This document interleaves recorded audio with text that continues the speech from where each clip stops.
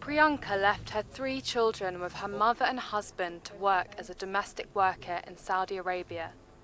Like a modern-day slave, she was forced to work long hours and not given enough food. Many Sri Lankan women work and live in similar appalling conditions. But yet, the Minister of Foreign Employment says no complaints are received from women while they're abroad. She says some women make complaints when they return, and the Bureau of Foreign Employment has no power to help them. His wife was in the Middle East. Samuda appealed to the Bureau for help, but they did not offer the assistance you might expect. They asked him to pay 133,000 rupees for her return, an amount the family could simply not afford. Sadly, even after his boss had lent him the money and it was paid, it was not the end of the family's pain.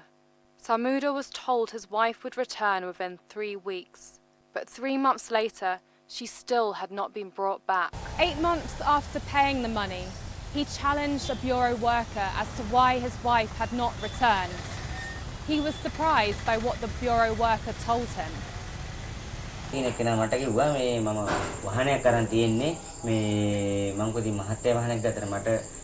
මේකක් නෑනේ මහත්තයා කියලා කිව්වා. නෑ ඔයාට වාරිකයක් මේ 11500 මම වාරික ගෙවනවා. ඔයාට එක වාරිකයක් ගෙවන්න පුළුවන්ද කියලා. Samuda refused to pay this bribe and was told to meet the then Minister of Foreign Employment on a public day. According to Samuda, he met the minister and was told paying the money is not enough and he had to be patient. He paid the money in October 2012, 7 months after his wife left for Saudi Arabia. It wasn't until over a year and a half later that Priyanka was finally reunited with her family. According to her mother, she barely recognized her because she had lost so much weight. ඇත්තටම මට දැනුනේ මගේ මේ ආය නිකන් අපේ පවුල අවුලුත් වෙලා ආය බැඳීම සත්‍යමත් තුනා මේ මෙයා දැක්කම පස්සේ මට හරි සතුටක් දැනුණා. මේ කියාගන්න බෑ ඒක. But Priyanka nearly didn't make it home at all. Not knowing how long she would have to endure her life as a domestic worker, she began to lose hope. මට ඒ වෙලේ ඉන්න ඇත්ත උඩ තට්ටුවෙන් පැනලා බිමට පැනලා මැරෙන්න. එච්චර දුකක් ඇති වුණා කතා කරන්න විදියක් නැහැනේ. ඔව් මේගොල්ලෝ යවන්නෙත් නැහැ. මේ ළමයි මතක් වෙනකොට ඉන්නත් බැරිඳ බෙහෙත් වෙදි ගොඩාක් බිව්වා. ඊට පස්සේ දොස්තර කෙනෙක්ව ගෙන්නුවා.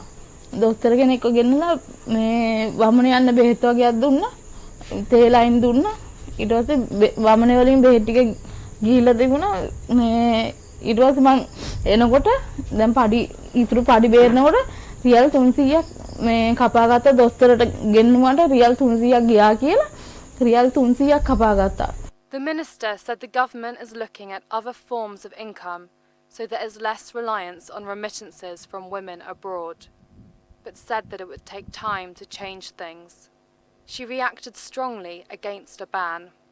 Why are they talking now? Because this had been happening for over 25 years. And past few years, it made the biggest income for the country. But then no one spoke. Why are they criticizing now? A new government has come into power since this family's ordeal. But how much has really changed? And what kind of risk are workers under if they are forced to stay in abusive and harmful situations while they wait for the Bureau to take action? Perhaps it is time the welfare of Sri Lankan domestic workers in the Middle East is prioritised above their economic contribution.